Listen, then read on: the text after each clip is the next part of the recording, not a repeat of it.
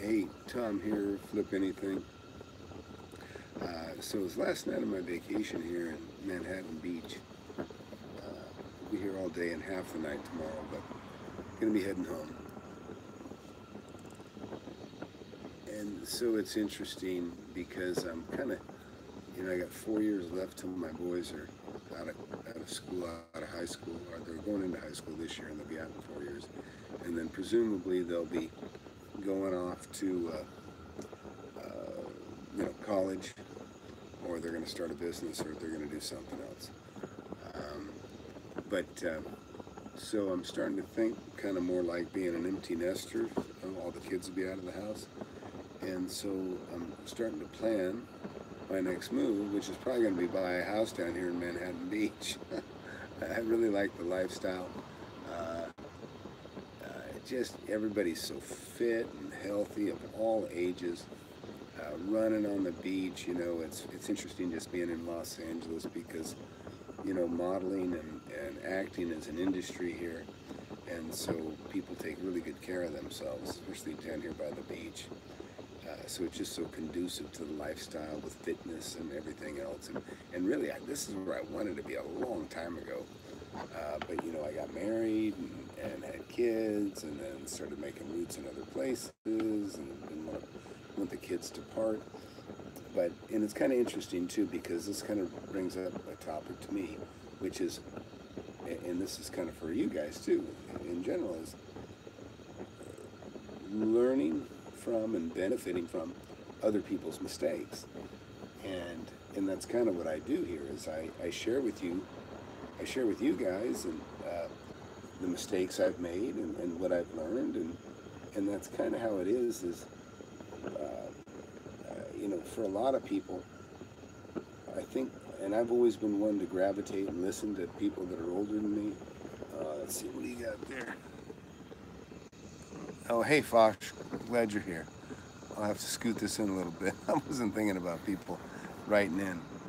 Uh, but, uh, but anyways, I'm kind of, I'm thinking more about being an empty nester, and it's so smart to listen to, and to benefit from people that have had experiences and that are older than you, and the things that they do.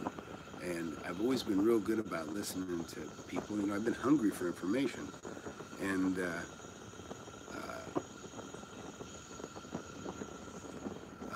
I'll get to that in a minute, Posh. So it is open mic. Take any questions, folks.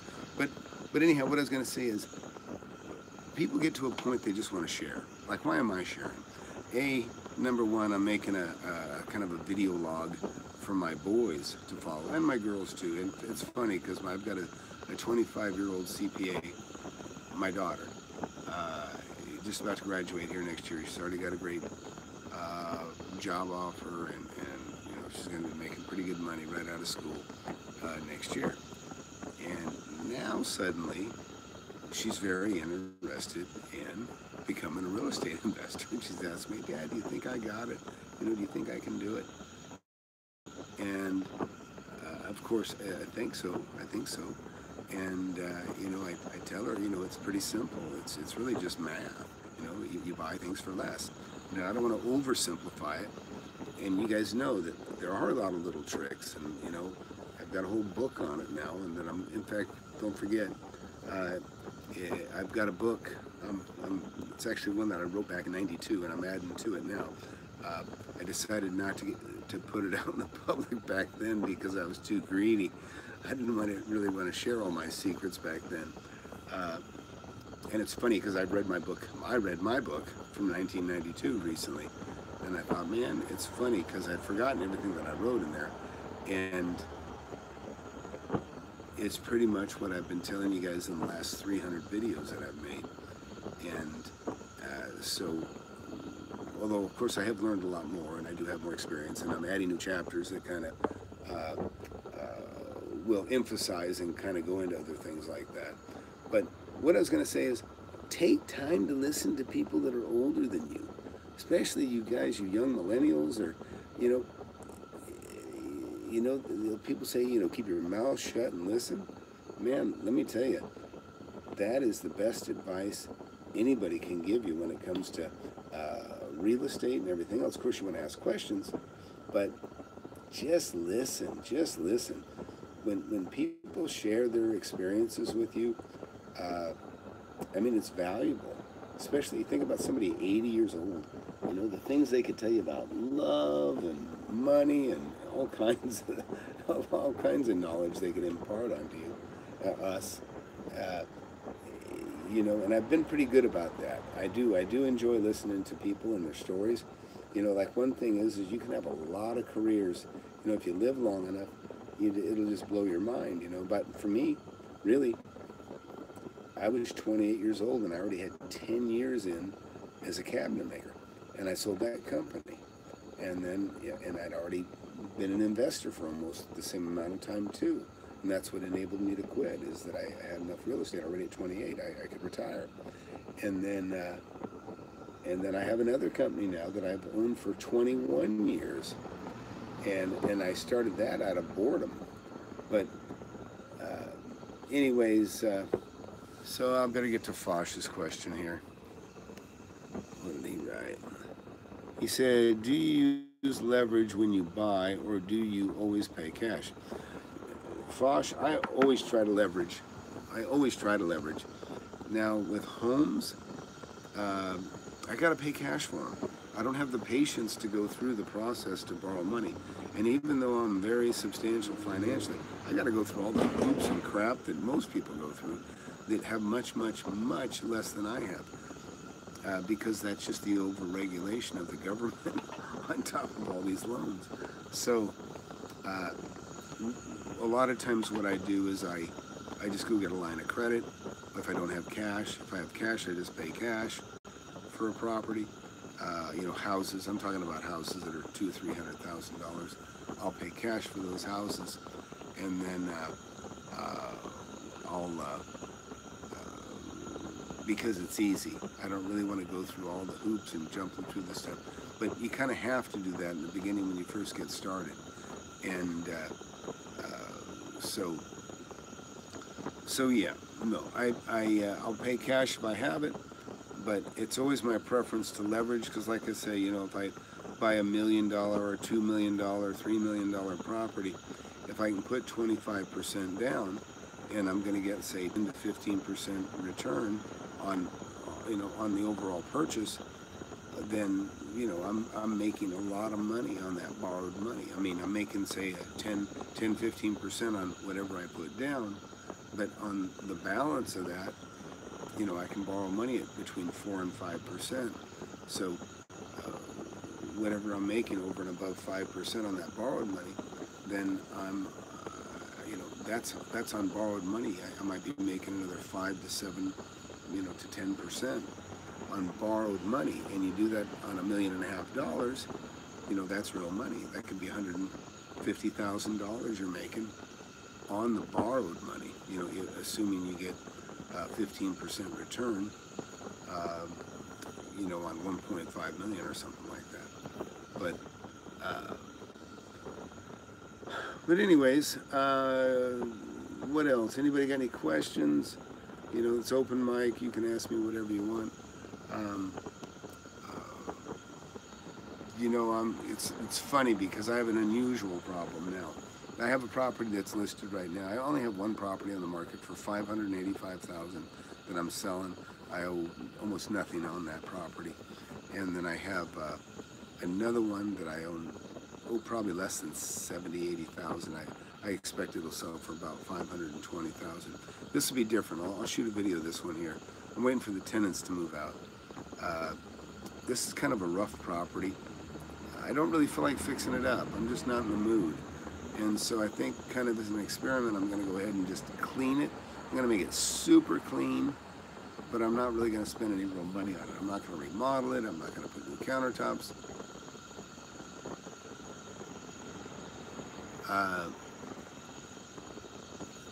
So I'm going to just turn that property and leave it rough, you know, because I spent the last couple properties that I've redone, and I've been doing this a long time, and that kind of it's what always happens. I end up spending a little bit more money than I anticipated, and I think I spent 80 grand on this last one, and I know I spent 80 grand on the one before that, and I don't know that that was the best money spent. It's close, but you know, anyways, just the downtime letting the property sit empty while you remodel it is you know, it's real money. It's real money. So Fosh just asked another question. Do you think we're in a real estate bubble? When do you think the market will crash? Listen, I thought the market was going to crash for sure until Trump got in there. And I still thought it would crash. I thought he was just going to delay it. But now I'm not so sure. Because we have so many people working, the economy is so good. We actually have more job openings available than we have people that are unemployed. That's unusual. And not that all these people that are unemployed have the skills to fill those jobs, but that's kind of a good problem. Our economy is doing extremely well. So, you know, and even like right here, I'm in, you know, this part of the world in California, by the beach. You know, I see properties that are 10 million that I could have bought for $1.5 million 15 years ago. It's crazy expensive, but I still feel good that I still think there's room to make money, because I think money's so cheap. You know, our interest rates are really low. You know, the first house I bought, I paid 9.25% interest on that house, that first property I bought, and that had dropped down from being like 14%. So can you imagine paying 14% on a mortgage? In fact, I owner financed a bunch of land. I used to sell land. I'd buy and flip land, a lot of that, and I would carry the note at 10%. Well, now 10% is gouging, you know, because the banks only charge 4%. So it really is interesting how things have changed in that respect. But yeah, so do I think it's going to crash? Man, I don't think so. I think it would have crashed, but because we have Trump in there, and we have so many people working, and we have all this money being repatriated back to the U.S. In other words, Trump's saying, "Hey, we won't tax you so heavily. Bring your money back over here." Because right now, a lot of people don't realize when they talk about these big corporations, you know, making all these obscene profits, they're already not in the USA. They're already based in another country. But so all the profits were made over there, and the money's made over there, and it's sitting over there, and they can't bring it over here without being hit with taxes. Well, Trump's made some bargains and deals to lessen that, and so now that money's coming in here, where otherwise it wouldn't have. So that I think is a fantastic thing. It's a great for all of us. But yeah, I don't feel like we're going to crash. I just don't. I worry, if I worry about anything, I worry about inflation more than anything right now. You know, I have the properties that I own, they've been reassessed for well over $3 million more than they were worth. I mean, they went up $3 million. In other words, say I've got $20–30 million worth of real estate. Well, last year they made it worth they're saying my property's worth $3 million more, which means I got to pay another 10% more property tax, you know, this year than last. Well, they did that to me last year, and now they're doing it to me this year. And I don't think it's fair to measure such a small window of time and start changing, you know, property values, because I mean, I get hit harder on it. But I don't like it, because when they raise my property values $3 million, that's $94,000 in tax. Because I'm in an area where most of my investments are. I'm paying 3.2%. So when you add $3 million value, I mean more value on top of what I already own, that means they're going to hit me for about another $96,000 in property taxes, you know, this year or this coming year. And you know, you do the math on that, so we only got 12 times 8. So that's like $8,000 more a month in property tax, more in taxes that I have to pay. on my little portfolio. I mean, it's not that small, I guess, but it's a lot. It's a lot of money, and so it kind of sucks because the wealthier you get, the less cash you have because you're paying it in property taxes, unless you can pass it on to your tenants. And I have triple net leases on some of my stuff, not all, but I've been converting more and more of them for that reason, so that when my taxes go up, the burden is shared equally between the tenants that rent from me. But anyways, any other questions? When you buy, do you buy for cash flow or appreciation or both? Well, Fosh, you might remember I'm not much of a speculator. Pretty much when I buy something, I'm buying it based on today's value. So in other words, if I think this thing's worth $100,000, you know, and that might even mean, do I think it's worth 110? Because I try not to grab every cent when I resell something. So if I think something is roughly, you know, a decent deal at 100,000, then I'm going to try to buy it for 70, 30% under market. And that's so that I can sell it 10% under market. But that's kind of how I operate. And make sure I don't lose track of your question here. Yeah, I mean, if I'm going to flip something, I'm buying it based on what it's worth today. So if I buy something for 70 and I think it's worth 100, 110, I'm going to resell it right away. That's what I want to do. Now, if I buy a commercial strip center or apartment building, industrial center, you know, office building, those things, and I have all those kinds of properties, those I buy if I can, you know, try to get close to a 15% return on investment.